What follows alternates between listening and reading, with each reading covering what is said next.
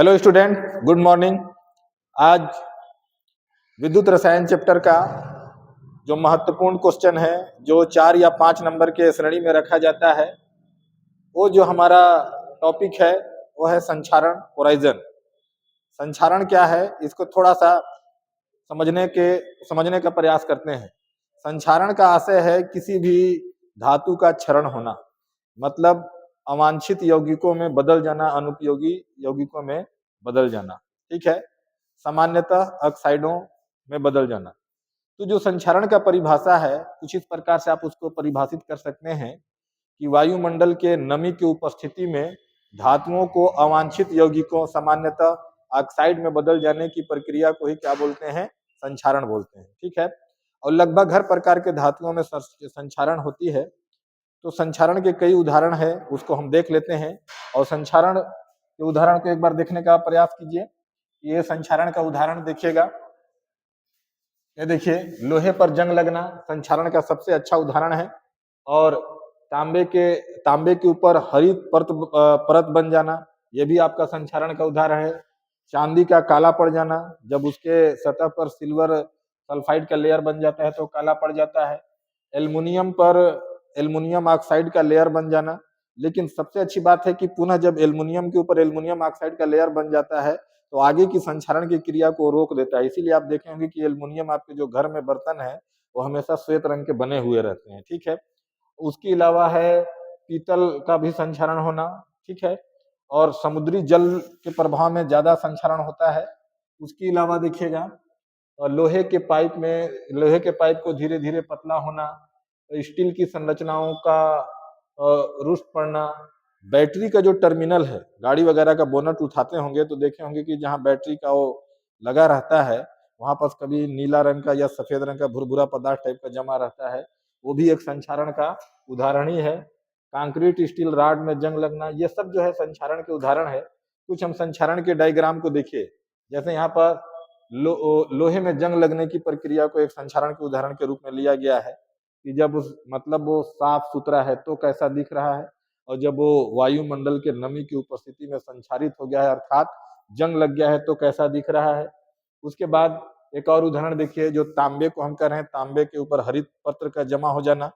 एक लोटा को दिखाया गया है, पात्र को, जिसमें आप देख सकते हैं कि जो नया है वो कितना क्लीन दिख रहा है, और जो जिस पर संचारण हो चुका है वो थोड़ा सा हरा हरा पार्ट आपको दिख रहा है। तो तांबे के ऊपर हरा परत जम जाना संचारण का उदाहरण है। उसके बाद सिल्वर को काला पड़ जाना, ये भी किसका उदाहरण है? संचारण का उदाहरण है। ठीक है, तो ऐसे कुछ महत्वपूर्ण उदाहरण देख लिए हैं। जो हम टर्मिनल का बात कर रहे थे, बैटरी के टर्मिनल का, यहाँ पास आप देखेंगे नीला और सफेद रंग का जो पदार्थ जमा हो जाता है वो भी क्या है? संचारण का उदाहरण है। ठीक है, संचारण जो है, संचारण का जो प्रमुख उदाहरण है वो है लोहे पर जंग लगना। तो क्या होता है कि जब लोहा खुले में पड़ा रहता है तो वायुमंडल के नमी की उपस्थिति में, ठीक है, नमी की उपस्थिति में मतलब वो संचारित हो जाता है और उस पर जंग लग जाता है। जंग का जो रासायनिक सूत्र है Fe2O3.XH2O है। ठीक है, Fe2O3.XH2O, इसको एकदम प्योर फार्मूला में रखेंगे तो ऐसे लिखेंगे Fe2O3.XH2O, है ना, मतलब फेरिक हाइड्रेटेड फेरिक ऑक्साइड। यही क्या है? जंग का फार्मूला है, या जो आपका जिसको रस्ट अंग्रेजी में बोलते हैं उसका फार्मूला है। जंग को समझने और समझाने के लिए जो सबसे सर्वमान्य जो सिद्धांत है वो कौन सा सिद्धांत है? विद्युत रासायनिक सिद्धांत। कौन सा सिद्धांत है? विद्युत रासायनिक सिद्धांत है। सबसे मान्य सिद्धांत जो है विद्युत रासायनिक सिद्धांत है। तो विद्युत रासायनिक सिद्धांत जो ही है जो आपके 12th के एग्जाम में आना है। विद्युत रासायनिक सिद्धांत ही 12th के एग्जाम में आना है। तो विद्युत रासायनिक सिद्धांत को हम समझने का प्रयास करते हैं कि आखिर लोहे में जंग लगता कैसे है। तो जैसे मान लीजिए कि लोहा आपका खुले में पड़ा हुआ है, तो लोहा खुले में पड़ा हुआ है तो लगातार क्या है? वायुमंडल के संपर्क में है, और वायुमंडल में क्या है? नमी है। नमी किनके कारण है? वायुमंडल के गैसों के कारण, जिसमें कार्बन मोनोऑक्साइड है, कार्बन डाइऑक्साइड है, जलवाष्प है, सल्फर के ऑक्साइड है, नाइट्रोजन के ऑक्साइड है। बहुत सारी गैसें अवेलेबल हैं जो वहां पर विद्युत अपघट्य के जैसा कार्य करती हैं, इलेक्ट्रोलाइट के रूप में। तो उनकी उपस्थिति में धातुओं को अवांछित यौगिकों में बदल जाना ही क्या है? संचारण है। और लोहे का जंग लगना जो है संचारण का सबसे अच्छा उदाहरण है। और आपको समझने के लिए भी, ठीक है। तो होता क्या है, पूरी प्रोसेस को आप देखिएगा, है ना। ये देखिए, एक हम लोहा का सतह उदाहरण के तौर पर लिए हैं, है ना, और ये क्या है, वायुमंडल के संपर्क में है। और वायुमंडल में क्या है, नमी है, जलवाष्प है, मतलब जल की बूंदें हैं, ठीक है। तो लोहे की सतह पर ऐसा स्थिति बन जाता है कि कहीं पास जो है ऑक्सीजन का कॉन्सेंट्रेशन ज्यादा हो जाता है और कहीं पास ऑक्सीजन का कॉन्सेंट्रेशन कम होता है। तो कहाँ कम होता है और कहाँ ज्यादा होता है, उसका हम थोड़ा सा चर्चा करते हैं। जैसे मान लीजिए कि डायरेक्ट कोई पृष्ठ जो है जल के बूंद के संपर्क में है, जल के बूंद के संपर्क में है, तो जो जहां जल के बूंद के संपर्क में लोहा है, तो सीधे जल है और लोहा है, तो वहां पास एयर को घुसने का जगह नहीं है, तो वहां पास जो है लोअर कॉन्सेंट्रेशन रहता है ऑक्सीजन का, मतलब कम सांद्रता रहता है। और जहां नहीं है वहां पास क्या रहता है, सीधे जलवाष्प या अन्य वायुमंडल की गैसें संपर्क में है या जो शुष्क पड़ा हुआ है ना, वो क्या होता है कि वहां पास ऑक्सीजन की जो सांद्रता है कम रहती है, तो ज्यादा रहती है। तो जहां पास ऑक्सीजन की सांद्रता ज्यादा है, समझ रहे हैं, जहां पास ऑक्सीजन की सांद्रता ज्यादा है, वो जो है लोहे का सतह कैथोड के भांति कार्य करता है। और जहां पास ऑक्सीजन की सांद्रता जो है वो कम है, वो सतह जो है एनोड के भांति कार्य करता है। कई किताबों में ऐसा लिखा गया है कि लोहे का ऊपरी सतह जो है कैथोड के भांति कार्य करता है और आंतरिक सतह जो है एनोड के भांति कार्य करता है, ठीक है। तो जहां पास ऑक्सीजन की सांद्रता कम है, वहां पास क्या है, ऑक्सीडेशन की अभिक्रिया होती है, अर्थात वह लोहा जो है क्या चीज का कार्य करेगा, एनोड के भांति कार्य करेगा और उसका क्या होगा, ऑक्सीडेशन होगा, ठीक है। तो देखिएगा कैसे होगा ऑक्सीडेशन, यहाँ पास देखिएगा कि लोहे का एक पार्ट जो है एनोड का कार्य कर रहा है और एक पार्ट जो है कैथोड का कार्य कर रहा है। और जो वायुमंडल का जो नमी है वो विद्युत अपघट्य के रूप में कार्य कर रहा है। तो कोई भी सेल बनने के लिए कितने चीजों का जरूरत है, इलेक्ट्रोड का जरूरत है और विद्युत अपघट्य का जरूरत है, अब इलेक्ट्रॉन की प्रवाह की जरूरत है। तो जब ऐसा स्थिति बन रहा है, मतलब एक सेल के भांति कार्य हो रहा है, तो लोहे के सतह पर ऐसे बहुत सारे सेल बन जाते हैं, जिसको कौन सा सेल बोलते हैं, संक्षारण सेल बोलते हैं। कौन सा सेल बोलते हैं, संक्षारण सेल बोलते हैं। बहुत सारे बन जाते हैं, है ना, बहुत सारे संक्षारण सेल जो हैं बन जाते हैं, ठीक है, संक्षारण सेल। तो जो जो हमारा पुराना थ्योरी है, जो मोटे तौर पर हम बात करते हैं, या जो सर्वमान्य थ्योरी है कि जो लोहे का पुरानी सतह है वो कैथोड के भांति कार्य कर रहा है, वहां पास ऑक्सीजन की जो सांद्रता है वो ऊंचा है, ज्यादा है, और जो एनोड के भांति कार्य कर रहा है, जहां पास ऑक्सीजन की सांद्रता क्या है, कम है, वो एनोड के भांति कार्य कर रहा है। तो एनोड पर ऑक्सीकरण हो रहा है। और आप उदाहरण के तौर पर क्या लिए हैं, लोहा लिए हैं, तो लोहा का क्या हो रहा है, ऑक्सीकरण हो रहा है। तो ये हो गया लोहा। तो लोहा लिए तो ये ऑक्सीकरण होता है, तो इलेक्ट्रॉन डोनेट किए जाते हैं, तो इलेक्ट्रॉन यहाँ डोनेट किए जाएंगे। ये इलेक्ट्रॉन डोनेट कर दिया तो ये क्या हो जाएगा, Fe डबल पॉजिटिव हो गया। तो यहाँ पास आप ले लीजिए अभिक्रिया बैलेंस करने के नजरिए से कि अगर आप 2 मोल इलेक्ट्रॉन लेते हैं तो 2 मोल आयरन आयन बनता है। तो अब चूंकि है कि एक आयरन पर डबल पॉजिटिव है, मतलब 2 इलेक्ट्रॉन निकले हैं, तो 2 आयरन लिए हैं तो कितने इलेक्ट्रॉन निकल जाएंगे, 4 इलेक्ट्रॉन निकल जाएंगे। ये कहां से निकल रहे हैं, लोहे के एनोड वाले भाग से, जो एनोड के जैसा कार्य कर रहा है। मतलब आप देख सकते हैं, यहाँ पास से आप देख सकते हैं, ये वाला दिख रहा है आपको, यहाँ पास ऑक्सीडेशन हो रहा है और एनोड जैसा ये कार्य कर रहा है, ठीक है। और फिर यहाँ से इलेक्ट्रॉन फ्लो होकर कहाँ जा रहे हैं, कैथोड की ओर जा रहे हैं। विद्युत रासायनिक सेल में भी तो आपने यही देखा है ना, जिंक कॉपर इलेक्ट्रोड में कि जिंक के इलेक्ट्रॉन चलकर कहाँ जा रहे हैं, कैथोड की ओर जा रहे हैं। तो यहाँ से भी एनोड से जो इलेक्ट्रॉन निकल रहे हैं वो कहाँ जा रहे हैं, कैथोड की ओर जा रहे हैं। और ये जो है जल में मिलना है, मतलब जल में घुलने को तैयार है अब Fe आयन। आगे देखिए होता क्या है कि जैसा ही कैथोड की ओर, मतलब लोहे की उस सतह की ओर इलेक्ट्रॉन पहुंचता है जहां पास ऑक्सीजन की सांद्रता क्या है, ज्यादा है, जो कैथोड के भांति कार्य कर रहा है, तो वहां किस प्रकार की अभिक्रिया हो रही है उसको देखिएगा। यहाँ तो 4 इलेक्ट्रॉन 2 आयरन मिलकर डोनेट कर चुके हैं, ठीक है। तो जब वहां जाएगा कैथोड पर, तो कैथोड पर क्या है, वायुमंडल की नमी है, नमी मतलब जलवाष्प, जलवाष्प मतलब जल का अणु। तो जब जल के अणु के पास पहुंचेगा तो वहां पर देखिएगा, जब कैथोड के सतह पर पहुंचेगा तो वहां पर क्या मिलेगा उसको, वहां पर हाई हाई सांद्रता, मतलब ऊंची सांद्रता का ऑक्सीजन अवेलेबल है, तो वहां पास क्या करेगा, ऑक्सीजन के पास पहुंचेगा। कहाँ पहुंचेगा, ऑक्सीजन के पास पहुंचेगा। ठीक है, उसके बाद वहां पास मौजूद है हाइड्रोजन आयन। कौन सा आयन मौजूद है, हाइड्रोजन आयन, जो वायुमंडल के नमी से है, जलवाष्प से आया हुआ हाइड्रोजन आयन है। और वहां पास आपका पहुंच रहा है ये 4 इलेक्ट्रॉन। अब आप खुद जानते हैं कि एक हाइड्रोजन आयन जो है एक इलेक्ट्रॉन को ग्रहण कर लेता है, तो यहाँ पास देखिए कि 4 ये भी आप ले लीजिए, 4 हाइड्रोजन आयन ले लीजिए, 4 इलेक्ट्रॉन ले लीजिए, तो ये टोटल अभिक्रिया करके क्या बना लेते हैं, 2 मोल क्या बना लेंगे, जल के अणु बना लेंगे। कितना बना लेंगे, जल के अणु बना लेंगे। तो आप संख्या देखेंगे कि ये बैलेंस है संख्या, है ना। तो ये अभिक्रिया जो हो रही है कहाँ हो रही है, एनोड पर हो रही है, और ये अभिक्रिया कहाँ हो रही है, कैथोड पर हो रही है। ये अभिक्रिया जो हो रही है कैथोड पर हो रही है। इस दोनों अभिक्रियाओं को, मतलब सेल अभिक्रियाओं को, अब संचारण सेल तो बन गया है ना, तो संचारण सेल अभिक्रियाओं को आप एक साथ लिखें, अर्थात एनोड पर होने वाली अभिक्रिया और कैथोड पर होने वाली अभिक्रिया को आप क्या कर दीजिए, जोड़ दीजिए। जब जोड़ेंगे तो कुछ इस प्रकार से बन जाएगा। आपको बताया गया है कि 2 अभिक्रिया लिए हैं, उनको जोड़ रहे हैं, तो किसी अभिक्रिया का दायां पक्ष और दूसरे अभिक्रिया का बायां पक्ष, या पहले अभिक्रिया का बायां पक्ष और दूसरे अभिक्रिया के दायां पक्ष में जो चीज समान है उनको क्या आप कर देते हैं, कैंसल आउट कर देते हैं। तो यहाँ पास से 4 इलेक्ट्रॉन और 4 इलेक्ट्रॉन को आप क्या कर दिए, कैंसल आउट कर दिए, क्योंकि इस अभिक्रिया में दाईं ओर है और इस अभिक्रिया में बाईं ओर है। अब इनको जोड़ कर देखेंगे तो क्या आएगा, देखेगा तो 2Fe plus O2 plus 4H positive, यही आएगा।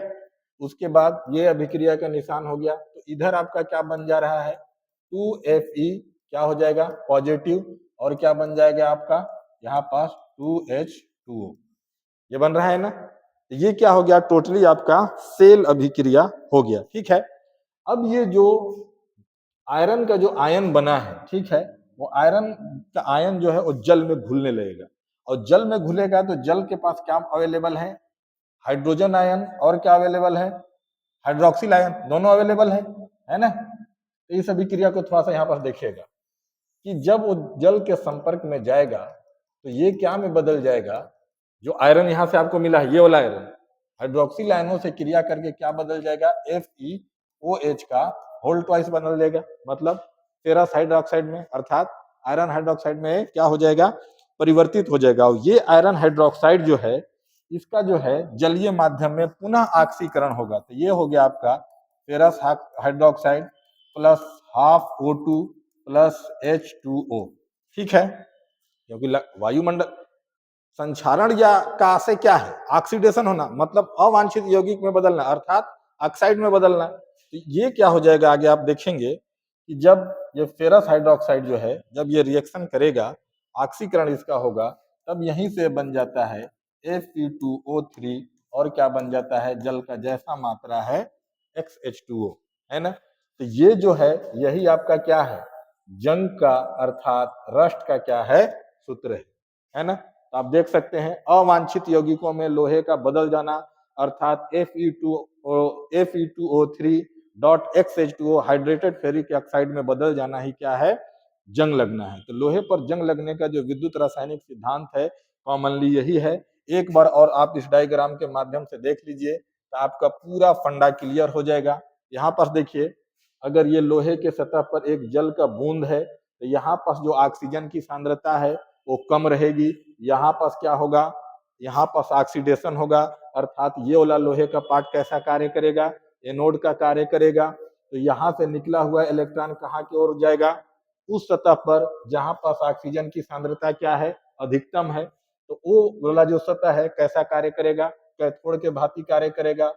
तो यहाँ पास जब ऑक्सीडेशन होकर Fe डबल पॉजिटिव आयन बन जाता है, तो ये Fe double positive ion cathode पर जाकर हाइड्रोक्साइड आयनों से क्रिया करता है, और Fe डबल पॉजिटिव जो है उन हाइड्रोक्साइड आयनों से क्रिया करके FeOH का होल ट्वाइस बना लेता है। और जब इसका ऑक्सीकरण होता है, क्या होता है, ऑक्सीकरण का होता है जल में, तब यही क्या बना लेता है, Fe2O3.XH2O। जनरली यही आपका रस्ट या जंग का फार्मूला है। ठीक है, तो ये है आपका विद्युत रासायनिक सिद्धांत लोहे पर जंग लगने का, इसी सिद्धांत के माध्यम से लगभग चीजों का हम व्याख्या करते हैं। अब क्या है कि संक्षारण को प्रभावित करने वाले कारक, पहले यह ध्यान दें कि संक्षारण जो है अत्यंत मंद अभिक्रिया का उदाहरण है। मतलब इसमें जो परिवर्तन है कई वर्षों कई सालों में होता है। आप देखे होंगे कि घर आंगन में जो लोहा वगैरह रहता है वो उसका स्वरूप कब खत्म होता है, बड़ी समय के बाद होता है या टोटली नष्ट हो जाता है। मतलब ये धातुओं को क्या है, अवगुण है ना, जो उसको क्या कर देता है, खराब कर देता है। तो संक्षारण को प्रभावित करने वाले कारक को देखिए। पहला देखिए धातु की प्रकृति। धातु की प्रकृति का आशय क्या है कि जो धातु जितना ज्यादा क्रियाशील है उसमें उतना ही ज्यादा क्या है, जंग बड़ी आसानी से लगता है। ठीक है, जो धातु जितना ज्यादा क्रियाशील है। अब कौन धातु कितना क्रियाशील है, आप विद्युत रासायनिक श्रेणी का अध्ययन करेंगे तो आप देखेंगे कि जिसका मानक अपचयन विभव जितना ऋणात्मक होता है उतना ज्यादा क्रियाशील होता है। तो जहां कि दो धातुओं में अगर ये बोला जाए कि फलाना धातु ज्यादा ऋणात्मक उसका मानक अपचयन विभव है, अर्थात उसमें जंग लगने की प्रोबेबिलिटी अर्थात संक्षारण होने की प्रोबेबिलिटी दूसरे धातु से ज्यादा है। ठीक है, उसके बाद देखिए दूसरा लिखता है अशुद्धियों की उपस्थिति। जहां अशुद्धि है वो सब क्या है, विद्युत अपघट्य के रूप में कार्य करते हैं। तो संक्षारण सेल के लिए क्या है, इलेक्ट्रोलाइट बड़ी आसानी से अवेलेबल हो जाता है। तो इलेक्ट्रोलाइट विद्युत अपघट्य आसानी से होगा तो संक्षारण सेल जो है और ताकतवर होगा, और ताकतवर होगा तो एनोड और कैथोड की क्रियाएं और प्रबलता से होंगी। जब वो प्रबलता से होंगी तो इसका मतलब है कि संक्षारण सेल बन गए। संक्षारण सेल बन गए तो जंग लगना शुरू हो जाएगा। तीसरा पॉइंट बोलता है धातुओं में विकृति। जैसे कोई सीधा लोहा बारी में आप फेंक दिए हैं आंगन में, या बाहरी क्षेत्र में एक सीधा लोहा फेंक दिए हैं और एक लोहा को टेढ़ा करके फेंके हैं, तो जंग सबसे पहले किस में लगेगा, सीधा लोहा में कि टेढ़ा किया हुआ लोहा में। मतलब कहने का कि एक लोहा जो है ऐसे फेंक दिए हैं, लोहे का राड, और एक लोहे का राड ऐसे फेंके हैं मोड़ कर, तो इसमें जंग तीव्रता से लगता है। क्यों, क्योंकि यहाँ पास इलेक्ट्रॉनों के बीच में क्या होता है, प्रतिकर्षण बढ़ जाता है। प्रतिकर्षण बढ़ जाता है तो उनको निकलना आसान हो जाता है।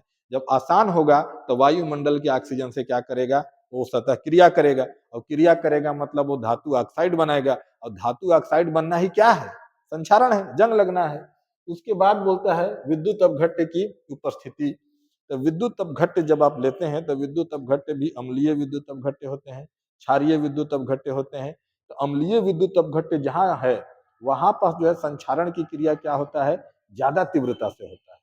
संक्षारण की क्रिया अम्लीय माध्यम में ज्यादा होता है और क्षारीय में न के बराबर होता है। ठीक है, जहां अगर मीडियम क्षारीय है वहां पास संक्षारण की क्रिया क्या होता है, न के बराबर होता है या बहुत कम होता है। फिर है वायुमंडल की प्रकृति।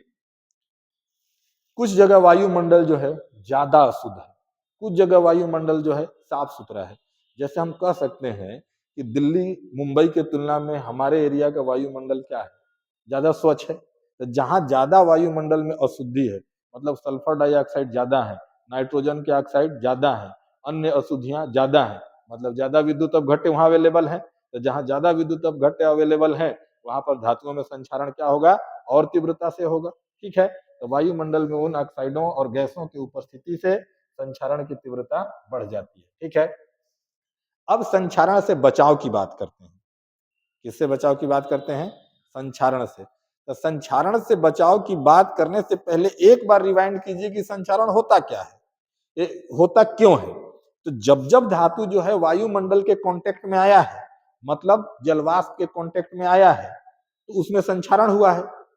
तब उसको कैसे बचाया जाए, तो वायुमंडल से उसके कांटेक्ट को क्या कर दीजिए, खत्म कर दीजिए। तो अगर किसी धातु को आप जंग लगने से बचा रहे हैं तो उस धातु के सतह पर ग्रीस लगा दीजिए, तेल लगा दीजिए, पेंट लगा दीजिए। तो वायुमंडल का संपर्क अब सीधे धातु से नहीं रहा, किससे रहा, जो आप पेंट या ग्रीस या तेल लगाए हैं। तो अब जब वायुमंडल से उसका संपर्क टूट गया तो उसको विद्युत अपघट्य भी नहीं मिलेगा, और जब विद्युत अपघट्य नहीं मिलेगा तो संक्षारण नहीं होगा। अर्थात वायुमंडल और धातु के बीच में आपने क्या डाल दिया है, अवरोध डाल दिया है। इस अवरोध को ही बोला जाता है रोधिका रक्षण। क्या बोला जाता है, रोधिका रक्षण। अर्थात धातु की सतह और वायुमंडल के बीच में एक अवरोध बैरियर उत्पन्न कर देना ही क्या है, रोधिका रक्षण है। इसमें लोहे की सतह पर पेंट कर दिया जाता है, ग्रीस या तेल लगा दिया जाता है, या इलेक्ट्रोप्लेटिंग द्वारा लोहे के ऊपर स्टेनिक निकिल, यहाँ पर देखिए लोहे की सतह के ऊपर स्टेनिक निकिल जिंक या क्रोमियम या एल्युमिनियम जैसी किसी एक धातु की पतली परत जमा दी जाती है।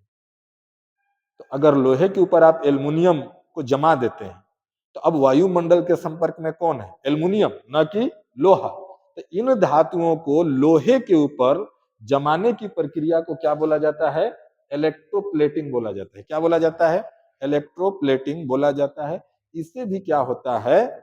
रोधिका रक्षण के रूप में कार्य करता है और लोहा जो है आपका जंग लगने से बच जाता है। एक दूसरा मेथड है उत्सर्ग रक्षण विधि। उत्सर्ग रक्षण विधि में देखिए, ये आपके एग्जाम में आते भी हैं, 3 नंबर में आ जाते हैं, कभी 2 नंबर में आ जाते हैं। लोहे को जंग लगने से बचाने के लिए आप ऐसा कीजिए कि उस पर उससे अधिक क्रियाशील धातु का क्या लगा दीजिए? तह लगा दीजिए, उससे अधिक क्रियाशील धातु का। तो क्या हो जाएगा कि अब जो वायुमंडल के ऑक्सीजन के संपर्क में जो आएगा वो लोहा ना आके उससे क्रियाशील धातु पहले आएगा और वो उससे क्या कर लेगा? क्रिया कर लेगा। तो ऐसा एक उदाहरण है, ये मान लीजिए कि लोहे का सतह है, ये क्या है? एक लोहे का सतह है। आप क्या कीजिए कि इसके ऊपर जो है जिंक का तह लगा दीजिए। क्या लगा दीजिए? जिंक का तह लगा दीजिए। समझ रहे हैं बात को? ये जिंक का तह चारों तरफ लगा दीजिए इस लोहे पर। ये आपका क्या है? लोहा है। और ये क्या है आपका? जिंक का सतह लगा दिया गया है। जिंक का जो मानक अपचयन विभव होता है आप जानते हैं 0.76 वोल्ट होता है, और लोहे का क्या होता है? उससे उससे ज्यादा होता है, मतलब उसकी ऋणात्मकता क्या होती है? कम होती है। अब देख पा रहे हैं कि जिंक का मानक अपचयन विभव कितना है? -0.76 वोल्ट। और लोहे का कितना है? -0.44 वोल्ट। तो जिसका मानक अपचयन विभव जितना ज्यादा ऋणात्मक होता है वो उतना ज्यादा क्रियाशील होता है। तो लोहे की सतह पर आप क्या लगा दिए हैं? जिंक का सतह लगा दिए हैं। तो जब वायुमंडल की उपस्थिति में आ रहा है तो कौन आ रहा है? लोहे की तुलना में ज्यादा क्रियाशील धातु, तो उससे क्रिया कर लेता है, जिससे लोहा जंग लगने से या संचारित होने से क्या हो जाता है? बच जाता है। तो जिंक लगाने की प्रोसेस को क्या बोला जाता है? गैल्वेनाइजेशन बोला जाता है। क्या बोला जाता है? गैल्वेनाइजेशन बोला जाता है। कभी भी 2 नंबर का अगर कहीं से सवाल उठता है तो ये उठता है कि गैल्वेनाइजेशन क्या है। उस समय आपका डेफिनेशन क्या हो जाएगा कि लोहे की सतह पर लोहे से अधिक क्रियाशील धातु जैसे जिंक का सतह लगाया जाना ही क्या कहलाता है? गैल्वेनाइजेशन कहलाता है। ठीक है। और गैल्वेनाइजेशन के प्रक्रिया में क्या होता है? जिंक कार्बोनेट और जिंक हाइड्रोक्साइड का एक अदृश्य परत बन जाता है, जिसे लोहे का चमक क्या रहता है? बरकरार रहता है, बना रहता है। ठीक है। अगला जो पॉइंट है वैद्युतीय रक्षण या कैथोडिक रक्षण विधि है ना। इसमें भी देखिए क्या है कि इस विधि का प्रयोग कहाँ किया जाता है कि इस विधि का प्रयोग जैसे जमीन के अंदर जो लोहे या पाइप लगाए गए हैं, जैसे आपका हैंड पंप है या समरसिबल का अन्य पंप लगाए गए हैं वहां या जो और भी बहुत सारी चीजें हैं, तेल वगैरह के भूमिगत प्रवाह के लिए पाइप लगाए जाते हैं। तो वहां पर संक्षारण से बचाने के लिए क्या करते हैं कि उससे अधिक क्रियाशील धातु को क्या करते हैं? जोड़ दिया जाता है। तो अधिक क्रियाशील धातु जोड़ दिया जाता है तो देखिए क्या होता है, थोड़ा सा इसको समझने का प्रयास कीजिएगा।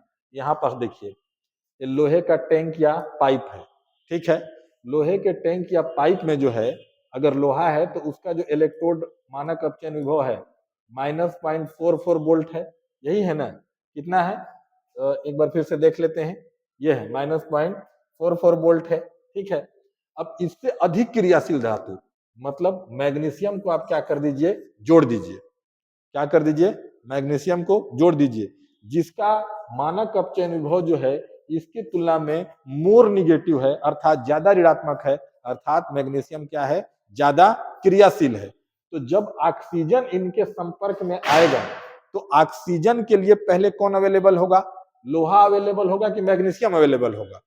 तो मैग्नीशियम अवेलेबल होगा, क्योंकि मैग्नीशियम का जो मानक अपचयन विभव है लोहे की तुलना में बहुत ही कम है, अर्थात ज्यादा क्रियाशील है। तो जब भी ऑक्सीजन कांटेक्ट में आता है तो लोहे से क्रिया ना करके किससे क्रिया कर लेता है? मैग्नीशियम से क्रिया कर लेता है। यहाँ पास लोहा जो है आपका कैथोड के जैसा व्यवहार करने लगता है, और ये किसके जैसा व्यवहार करने लगता है? एनोड के जैसा व्यवहार करने लगता है। इसीलिए इसको बोला जाता है वैद्युत रक्षण या कैथोडिक रक्षण, है ना। तो ज्यादा क्रियाशील धातु के एक वायर के रूप में जोड़ देना। ठीक है, एक और पॉइंट है बचाव के लिए कि जंग विरोधी विलयन लगना। क्या होता है? जंग विरोधी विलयन लगाना। तो जंग विरोधी विलयन के रूप में क्या है? Na3PO4 बड़ा फेमस है जो आपके बुक में है। इसके ऊपर जब आप इसका सतह लगा देते हैं, मतलब पेंट कर देते हैं, इसका सतह लगा देते हैं, तो वहां पर जो हाइड्रोजन आयन जो है उनको जो है, तो यहाँ पर आप एक बार पढ़ के देख लीजिए कि क्षारीय फास्फेट और क्षारीय क्रोमेट विलयन जंग विरोधी विलयन के रूप में प्रयुक्त होता है। इनकी क्षारीय प्रकृति के कारण विलयन से हाइड्रोजन आयनों को हटा लेते हैं और हाइड्रोजन आयनों की उपस्थिति आयरन को आयरन आयनों में बदलने में सहायक है। अतः लोहे की वस्तु को उबलते हुए सांद्र Na3PO4 विलयन में डुबाने पर लोहे पर अविलेय आयरन फास्फेट की तह जम जाती है, जो लोहे को जंग लगने से बचा देती है। तो हाइड्रोजन आयन को खत्म होना, वहां से मतलब क्रिया को कम करना, और इस प्रकार से इस जंग विरोधी विलयन को लगाकर जंग से बचाया जा सकता है। धन्यवाद।